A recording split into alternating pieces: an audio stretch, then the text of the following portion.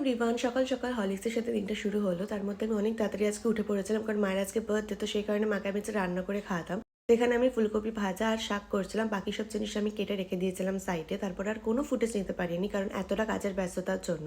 তো আমি শেষে গিয়ে তোমাদের পুরো মেনুটাই দেখাচ্ছি।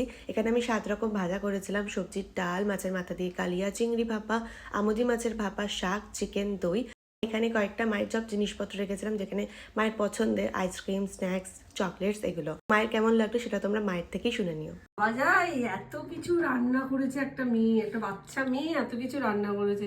আমি এটার দিকেই খুশি হয়ে গেছি, খাবো কি, এতেই এত আনন্দ লাগছে কি বলবো।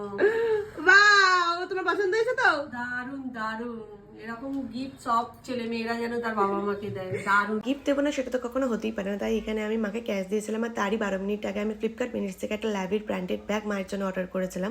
আর আমি মনে করি যে জন্মদিনটা মানুষকে স্পেশাল ফিল করানো উচিত, আর সেটা যদি আমার মা হয় আমি তো আরও করাবো। আজকে আমার দিদা বেঁচে থাকলে হয়তো আমার মায়ের জন্য আরও অনেক কিছু করতো, বাট আমি যতটা পেরেছি ততটা আমি চেষ্টা করেছি করবার।